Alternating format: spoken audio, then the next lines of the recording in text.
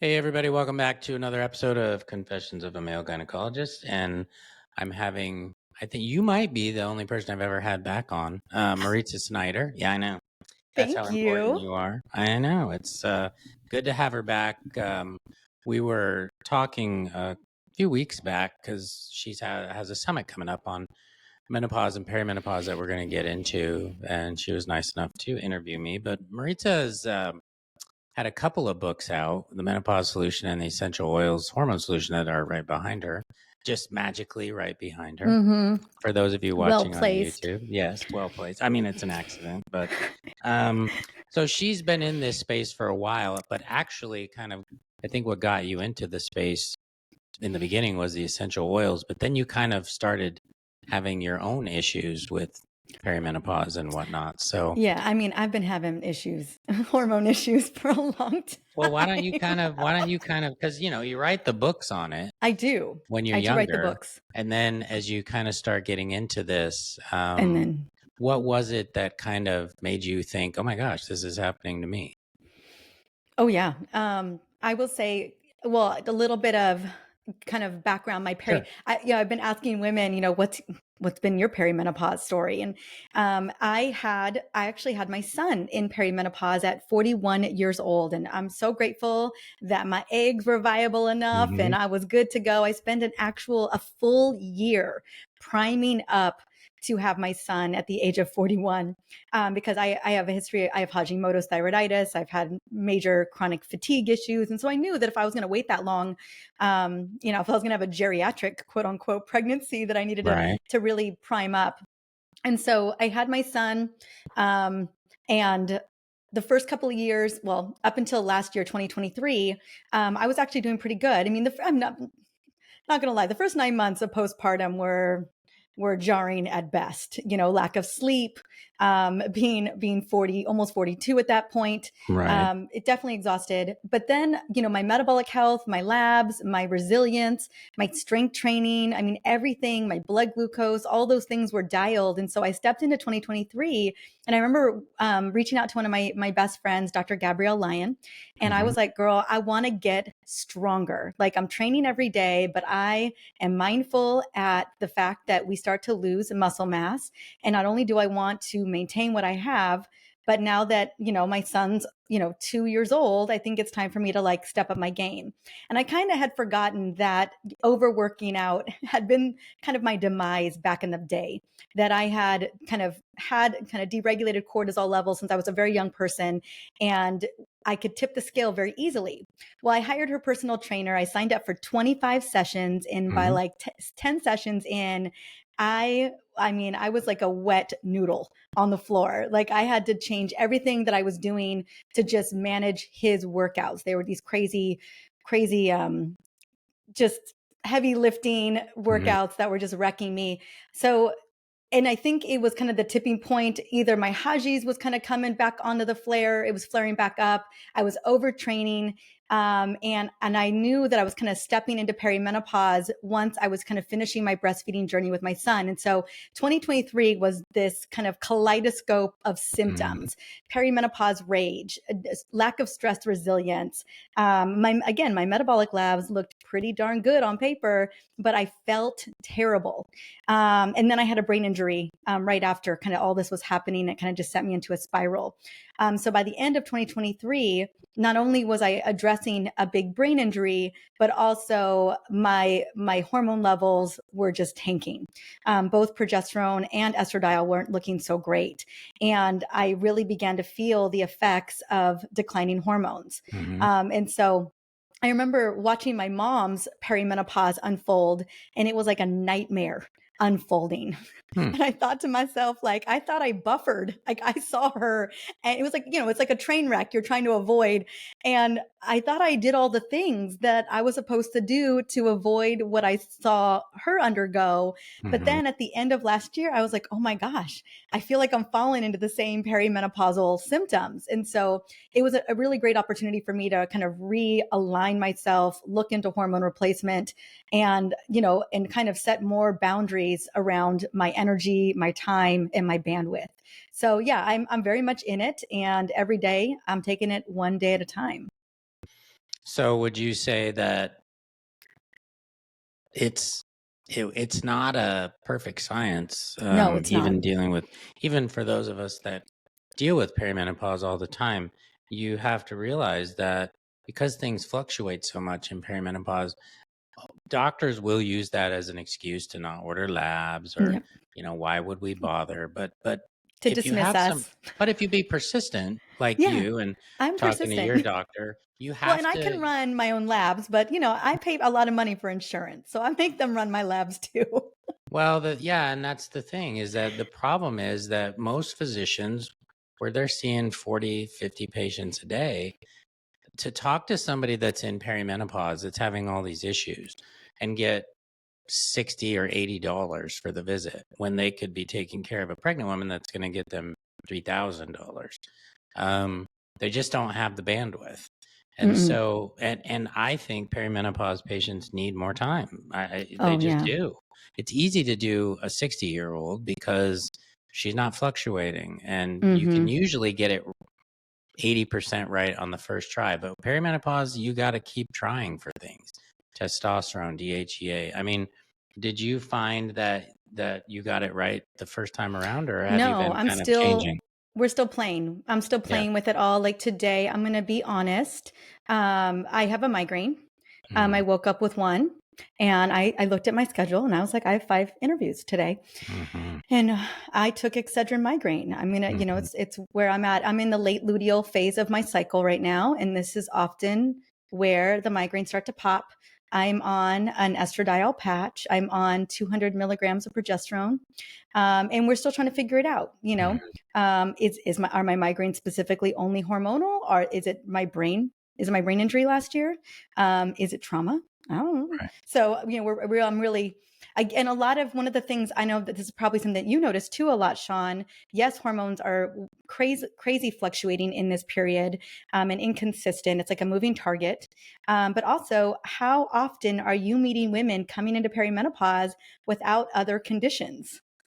They're they're coming in with an autoimmune condition. They're coming in Mm-hmm. with prediabetes potentially. They're coming in with deregulated cortisol. They're coming in with, if they're not pre-diabetic, potentially insulin resistance. And there's a lot of other things that they're coming in. So I didn't come into perimenopause without other issues. I've been having hormone Yeah. issues, since I was in my mid to late 20s. Well, not to mention, like, I just saw a lady who, not perimenopause, she's menopausal, but she's young. She's like 52, and Very she young. has calcified plaque in her In her coronary arteries. arteries in her Oh, neck. She's had a stroke, but she's really suffering with the hormone, with menopause. And, it's not just, oh, well, we'll put you on estrogen. You have to have a discussion about the possible yeah, ramifications. absolutely. And so, it's not just hormonal issues or autoimmune. There's No, high it's blood pressure, there's cardiovascular. blood clotting, Mhm. there's all kinds of stuff that Yeah. everybody comes in different. And so it's really challenging as a provider. And I'm being on both sides. But did you find that, because you've written books on essential Yes. oils, did Yeah. you find that the oils were helpful? Did you find that there were other things that you did that were helpful? Yeah, I mean, I think the reason why I fell in love with essential oils back in the day, and I still use them. I have some on right now. I slathered myself in peppermint. With a migraine like this, it's not so much the pain; it's that my brain feels fractured, and Mm-hmm. it feels like someone just went in and scrambled me up like some eggs. And Mm. so I'm not. I'll be honest with you. On a migraine day, I'm not firing on all cylinders. And so one of the things I'll use to kind of help, kind of pull through the pain, but also create more focus for myself is peppermint oil. Because it just kind of makes me a little bit sharper. Right. I also use oils to reduce the amount of pain I'm dealing with, especially in my neck and shoulders, which is an everyday occurrence. I use we use oils on my son every night before bed, and so do I. And I use them before I take a walk. We also use them for colds and illnesses, but yeah, I use them a lot for self care. There's a lot that is a non-negotiable for me as a woman in perimenopause and a woman who's a mom to a younger child who is navigating all these things and who's a CEO and all that. And so any win I can get, I'll take it. And so essential oils are one of those ways that I can really curate and cultivate wins in my life, which I think Good. every Yeah. woman deserves. Yeah. I So mean, yeah, I use them. what do you, so you're on, you said estrogen, Hmm. progesterone. Did you Hmm. say testosterone? I've been on testosterone. It didn't really move the needle. My levels look really good. Hmm. So I backed off of testosterone, and just because I felt like there was a lot of chefs in the kitchen. Yeah. Well, I was So just going to ask you, which yeah, of the hormones did you feel had the most impact for you? estradiol for sure. Okay. Yeah, especially for my brain. I really wanted progesterone. I really wanted her to bring it, and Yeah. she just didn't. I mean, Well, I know she's helping. 200 of progesterone is a decent dose. I Yeah, have used once, higher. I Yeah. went up to 800 milligrams for a migraine. And I may it even go worked. up. I'm Yeah. about to play at 3 and 400, especially in Mhm. this late luteal where things get really choppy for me. Um, so yeah, I'm gonna start. I'm gonna move up to about 3 400. I'm swimming in it, so I have enough of it to play with. Yeah. But yeah, as I wanted to just go back to your point of going to the doctor's office, in perimenopause, experiencing all of these symptoms, whether it's palpitations or it's anxiety, it's a lack of stress resilience, it's body composition changes where we have more fat around kind of that apple composition Mhm. around the belly. We just start to see these things that, feel like they can happen overnight and we don't really understand why. A lot of the women I work with, and including myself, we're committed. The standard is a standard. I'm Right. doing all the things. And so I remember coming to my doctor because again, we spent a lot of insurance because my son is 3.5. We don't know if he's ever Mhm. going to jump off of something and break an arm. Sure. So, and I went to her after I had been hit by like 20 viruses last fall. Cause if you've got a preschooler, you know how that is. Yeah. And I majorly just hit the floor. I had extreme fatigue in December. And I thought, oh gosh, I felt like I didn't have answers, and I had just had my labs ran by someone else in I remember October, and I Mhm. had those. She didn't know I had them because I didn't tell her. I didn't. She didn't run them. So I came to her and I said, I'm really struggling. Will you? And I had a very specific. I had the labs I wanted to kind of. I didn't know if it was mitochondrial dysfunction. Maybe it was some type of metabolic lab that was out. I wanted to look at my iron panel. I just wanted to kind of see. I wanted to run another thyroid panel. If I was missing something that I just couldn't figure out. And she looked at me dead in the face, and I get that she's busy. But she's like, you've been dealing with these kind of issues for a minute now, and she kind of just put it on me. She's like, Yeah. it feels like this has been happening for a while. And I was like, yeah. So can you please run the lab so I Right. can go and figure it out? And then I remember I had my annual a couple months later. This is earlier this year. And as you know, again, a woman who's 52 years old, she's got a calcium carotid score where she's got plaque Yeah. in her arteries. And we know that things start to shift and change. And so I had an ApoB ran and the number was slightly elevated. And I just felt like, I wanted a more comprehensive Right. cardiovascular panel. And so I had a lot of labs. I wanted to look at fibrinogen, homocysteine, sed rate, oxidated LDL, ApoB again. I wanted to make sure that that dropped, Mhm. lipoprotein little a. So I gave her the whole thing, and she's like, your labs don't warrant this. She's like, I'm not going to get approval on this because you have to be out of range in these other labs in order for us to even look at this. And I was like, well, just, you know what? I'll pay for it. Just give it a go because I knew my sister had had a stroke last year. I have a high family of cardiovascular disease Mhm. and diabetes, but my sister's younger than me, with a Oh, wow. stroke, and so I wasn't feeling super hot, and so I remember us having a really kind of awesome conversation around it. She's like, I get why you want these and I want to do them, but just know that I'm not approved for it. And Mhm. so I ended up paying for them out of pocket. But it's interesting, in this time where women's bodies are transitioning. I would say they're changing without permission. We start to see metabolic and cardiovascular labs move in unfavorable range, particularly with the drop of estradiol and testosterone and even growth hormone. And yet here we are, not really getting to see what's happening under the hood. Well, I think it's, on cardiovascular disease, the number one killer of women. And it's more To than men, Shawn.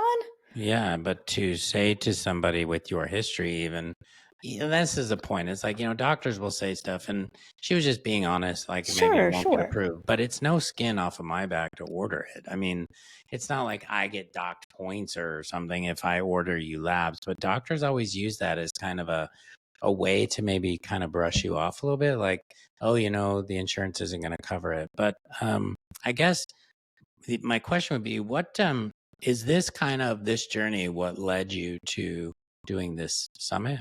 I mean, Yeah, what is this it is that led you to yeah. I mean, I think watching my mom kind of being in it myself, and and like I said, you and I both get to work with women every single day, and we hear that they're struggling, we hear that they're suffering. I think I would say a decade ago, a lot of people didn't know what perimenopause was. Mm-hmm. Even doctors, even still today, they don't. They're like, oh gosh, you want me to what? And don't get it twisted. My primary or my OBGYN won't even run the hormone labs. I don't Mm-hmm. run any of that through any of them. By the way, these are just what I call like basic serum labs that they don't feel liable for. You know what I'm saying? Like, Yeah. I'm not asking them to run DHEA and cortisol and all of that. I do that somewhere else. Just a heads up. I know a lot of people listening are trying to get that from their doctors, and I promise people like myself and Shawn will run them. We'll figure it out. We know how to optimize them very well. And so there are doctors out there that are willing to do that. Sometimes I feel with OBGYNs, like you said, they're surgeons, and they're delivering babies. Like, they don't have perimenopause and menopause education, and it's not necessarily their fault. It's just, in a way, um, you know, they have a stacked schedule. They've got to meet the CEs for what they do. Mm-hmm. And they're doing the best they can with what they got. And so just, that's where we really need agency over our own health. And so I know what I can get from whom. And if I got to go out and network, I will, and I think that there's an understanding there. I get that. But working with a lot of women and seeing, major cardiovascular changes, major mood changes, things that just are so disruptive. They're having a hard time maintaining relationships with their partner, maintaining relationships with their family. They're struggling to not yell at their kids. You know, it's a quality of life issue as far as I'm concerned. And so many women are struggling with it. And as I have now that I'm in it, and I'm checking all the boxes, circadian rhythm optimization. I was asleep by 9:45 last night. I eat a metabolically healthy meal that is autoimmune friendly. I have deep connection with friends. I take all of my supplements, Mm-hmm. which some days it's exhausting. It's a lot of supplements. Yeah. I drink my salty water. I am out in the sunshine in the morning. I work out, I strength train. I mean, I do all the things. And yet I take my hormones, and I'm Yeah. trying to figure that out. And yet I'm still struggling. And so I think the reason why I wanted to come on here, and the reason why I'm doing this event is I want to be able to kind of put the pieces together for women, that there's a resource, a massive resource that it's very action driven, it's very takeaway driven, that maybe there's a moment of insight in there that says to that woman listening, like, oh, this could be the thing. you know for me, it's trauma work. I'm doing a lot of trauma work. I Mm-hmm. know that I was abused for a very long time, and I can't pretend like that's not true. And Right. I think it's coming up for review, Shawn. I think my trauma is like, you got to deal with me. Sure. At some point, At some that I point mean, it comes to it for all comes of us. for us. Yeah. I mean, my parents got divorced when I was 5, and I don't think you just kind of move on as a kid. But I think when you get into it, like when I got divorced, all that came back, like all that abandonment and whatever. And so Yeah, it it's a always lot. comes back if you don't deal with it. I think that, the interesting thing, and people that don't know your mom, she looks like she's 40, and she looks really good. And She so do does. you. And when people like you go to the doctor and say, something's not right, you can get gaslit because you look good. It's like, oh, well, you look fine. Oh, Yeah, you're too young, or oh, you're or your so pretty. standard labs look Yeah. normal. Yeah.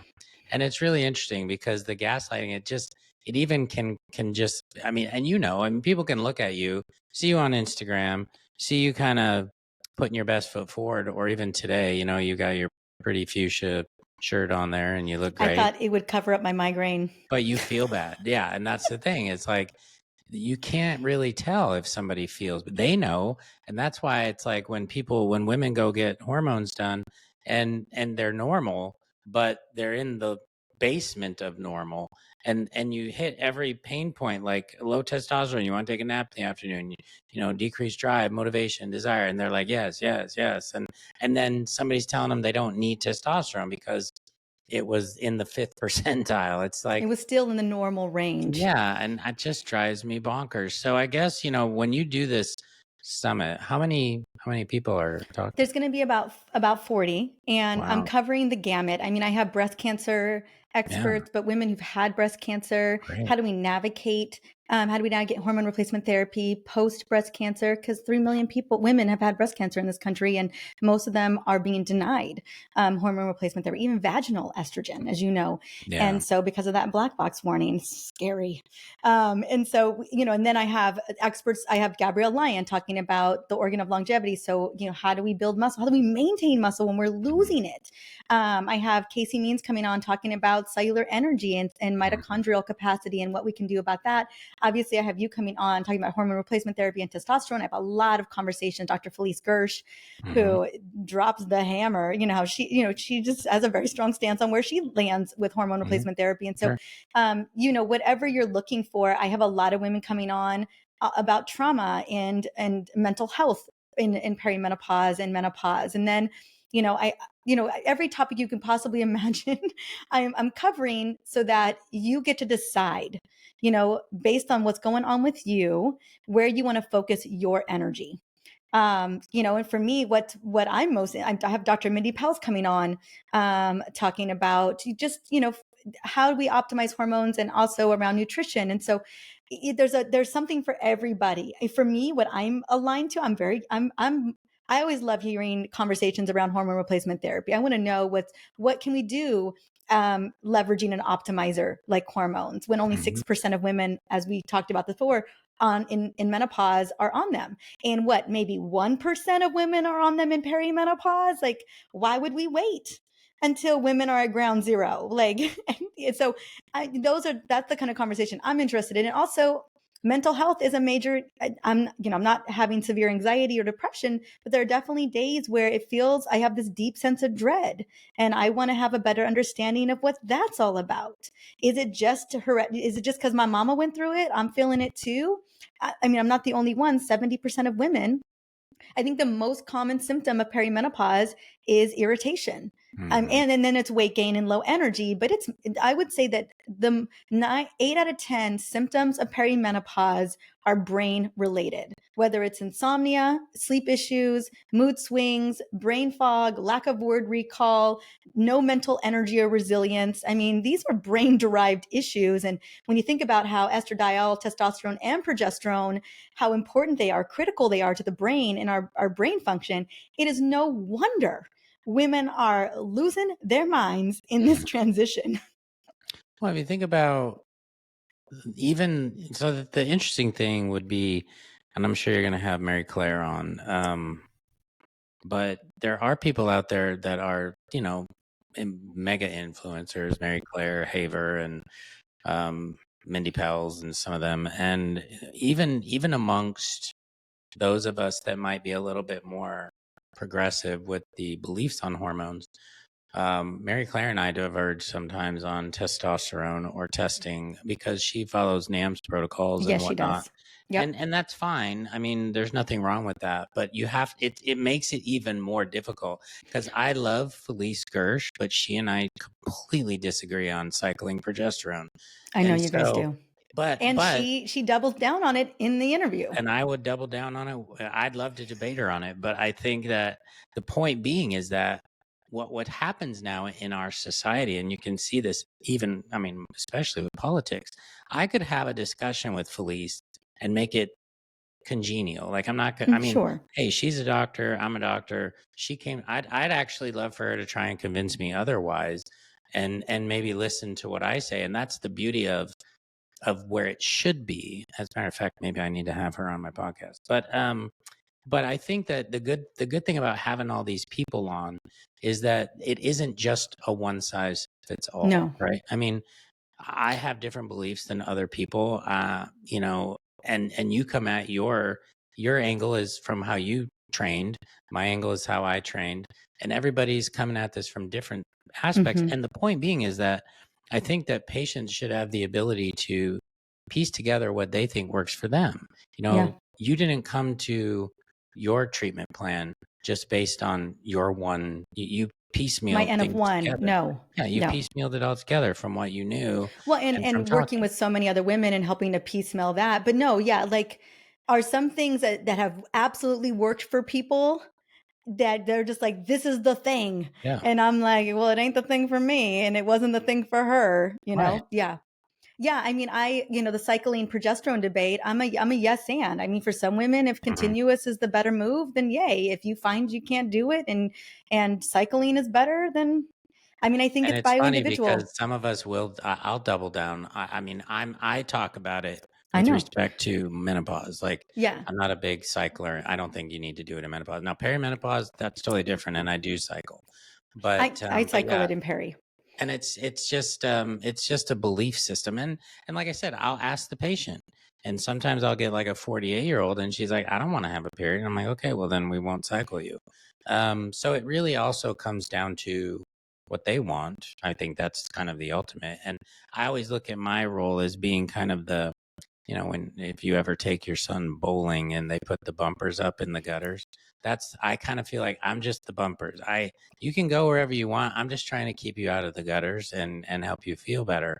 But as long as it's something you want to do, like this lady with the arterial plaques and the stroke, we know that estrogen, because I mean, she she's was technically classically contraindicated for yeah, and estradiol so I told her, we can soften these calcified plaques. You could have another stroke, and so let's start with testosterone and progesterone. She was progesterone. Yeah. fine with that, Hmm. and then I'd probably want to talk to her cardiologist to see if we're all on the, because I don't want to also, like, when I have a patient with breast cancer, and I don't know if you have Dr. B on or who else is coming on, but Dr. for Simmons. okay, oh Jen, okay, Yeah, Jen. so Jen will, And Dr. she'll, Suzanne Lentz, who is a and I talk about, I have patients with breast cancer. It's a discussion you have with them, and then they decide. It's not like I'm not the yeah, holder you're like of. the end all be all. Like this is what you're doing. I'm not the hormone. I do like hormone Jesus, I would like to call myself. You're But hilarious. but I'm not going to withhold a treatment from a woman that's suffering, because she should have the ultimate say. If she's 5 years out from her, now I wouldn't give it to her if she just got diagnosed, but if she's 5 years out and it was stage 1, and she can't live her life because she can't have sex and her hair's falling out and she's miserable, then why would we not give her something that can, because that's the thing. I'm where I'm at because my mom was diagnosed with ovarian cancer years ago, 22 years I ago, remember. Yeah. and they wouldn't give her estrogen, and she suffered for 6 years. The 6 years she had left were miserable, and Yeah. it just didn't need to be that way. And No. so I'm glad that you're doing this, seminar. And I think, I'm sure you're adding in nutrition and all that stuff, Oh because yeah. I that's mean, I think they're essential as well. foundational. I mean, you can't. I've seen a lot of women start hormone, and mind you, you gotta, it takes a minute for it to take on and figuring out the dosage and what's right for you. But I've seen a lot of women, you can't hormone replacement yourself out of, Right. ultra processed foods or a horrible, horrible sleep pattern or severe stress. I mean, you've got to have, it's a yes and. I wouldn't have brought hormones into my world unless I knew I was doing a lot of the other things. I'm not expecting for hormones to like Right. fix it all, like Well, it's fix funny my because gut microbiome.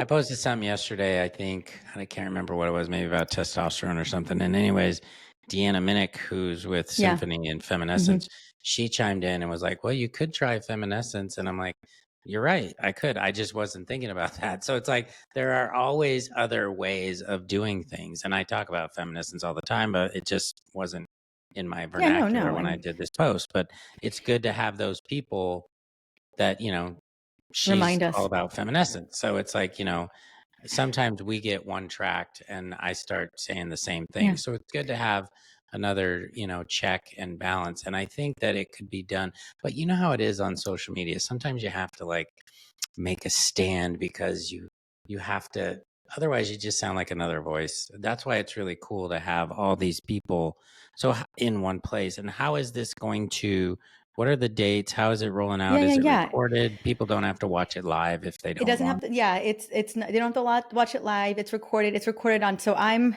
as a mom and someone who's very busy, who isn't, like every woman, I Mhm. can't watch things.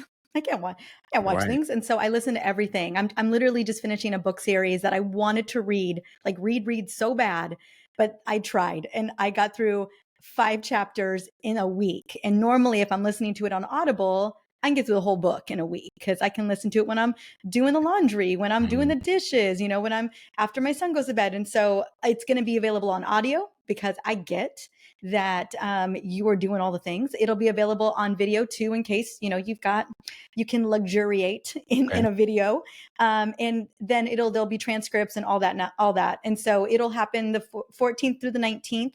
All the speakers go live. And then if you're like, I have to have this, like I need this collection, there'll be a bunch of free resources, guides, master classes too associated with it. So you really feel like you know what to do next. And it's designed to be easily digestible and to really give you the answers that you're looking for, particularly in a topic that, like, there's a deep sense when you connect in with yourself. You're like, okay, this is an area that I would love to focus on. Like my interview with Carrie Jones was really about sleep, and her, a lot of these women are in perimenopause or menopause, so I have them share their own journeys. Like it's a very intimate and raw conversation because I think we need to know that even our doctors, our providers, our clinicians, they're going through it too, or they went through it, or some of the women I'm interviewing, the way that they entered menopause was cancer, Yeah. or the way that they entered menopause was surgery, and so I think Mhm. that those kind of stories are important. And what did they do on the other side once they Right. were there? And so that's really what this is bringing. But I very much in the camp as you are. Like I'm the preschool bumpers at Mhm. the bowling alley. Like you got to figure out what works best for you, and hopefully what you get from us you can take to the bank and make your own protocol. And I think that's really around that concept of agency. I wish there was a one size fits all for hormones. I wish there was a one Yeah. size fits all Well, for I don't sleep because then I protocols. wouldn't have a job. I So know, but you know what that I'm saying? Like I yeah, want to make it as it'd be easy as nice. possible for you. I wish I could just wave a magic wand and make it better. I When wish is I had this? a one size fits all protocol for migraines. I Oh don't, God. Yeah, you you'd know? be rich if you could figure that Yeah. one out. When And is the summit? 77% is going to be October 14th through 19th. And are you already doing signups and stuff? Not Or yet. By the time this goes, yes, you guys will have the link in the show notes, yeah. all that. Yeah, Yeah. so I'll be sending out emails. I'll be talking about it on Instagram. Obviously, where can people find you if they want to follow you? Yeah. So on Insta, it's at Dr. Mariza, DrMariza. My podcast, which I believe I'm trying to. I know I got you for the summit, and I want to get you on the podcast too. It's Okay, Energized with Dr. Mariza, over 12 million downloads, a phenomenal resource. And then on Amazon, my books are all there. So there you go. great. Anything you want to say in closing about just why women should consider checking out the summit? Like, because anymore, Yeah. there's like you said, people's time is precious, and there's always a million summits to listen to. But what is it about this one that you think Yeah. will connect? I think the come through for me is that we all deserve to feel good in our bodies. We all deserve the answers that we need. We all deserve, viable solutions that are tailored to us, and a deeper understanding of how our bodies work. And I know that this is an event that's going to really answer those questions and really create a North Star for you. I think about my own journey and how hard it's been and what I want, what I'm looking for, and what I hear every single day. And every time I walk into an interview, you are on my mind. What's going on with you, how you're feeling, what you pray and hope for. I know that place. I know what that feels like. And Mhm. that's how I am curating this summit for you, these interviews for you. I'm trying to, I want the juice to be worth the squeeze. And that's my come through for every woman showing up. Great. I think it sounds awesome, and I'm not just saying that because I'm in it, Because but you're I in it. think I know how hard it is to put that kind of stuff together and to do. I mean, if you think about it, the 40 interviews she's had to do, I get to 30 to do. 45 minutes. That's a lot of time and effort, and I'm sure your husband Alex has been helping, which you guys are probably spending way too much time together, but that's okay. We'll get you outside. We'll get you. Are you going to the summit or to? I am. We'll be Okay. there. then I Yeah, will I'll see see you you. guys in Arizona in September. Mm-hmm. Well, it's been good to see you. I love you. I love Love you what you too. do. And I will definitely be talking to people about this summit. Thank you so much for coming back on, and we'll see you hopefully in a month. Yay, I can't wait to see you. Thank you.